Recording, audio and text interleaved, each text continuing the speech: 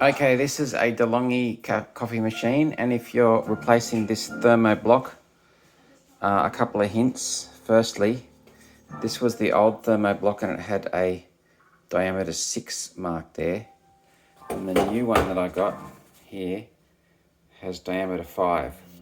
That means that these little things and the O-rings that go over there are too big, so make sure you order the next size up.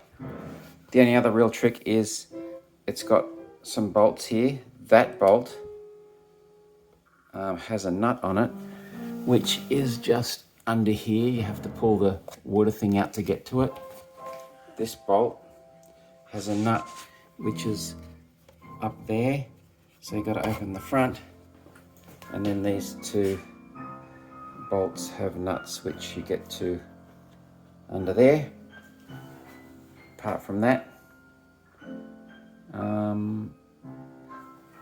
this frame here, which is steel, is screwed into this from the underside, so you have to pull the entire thermoblock and that frame out, disconnect the little rubber pipe before you pull it out, and then you can unscrew this from underneath.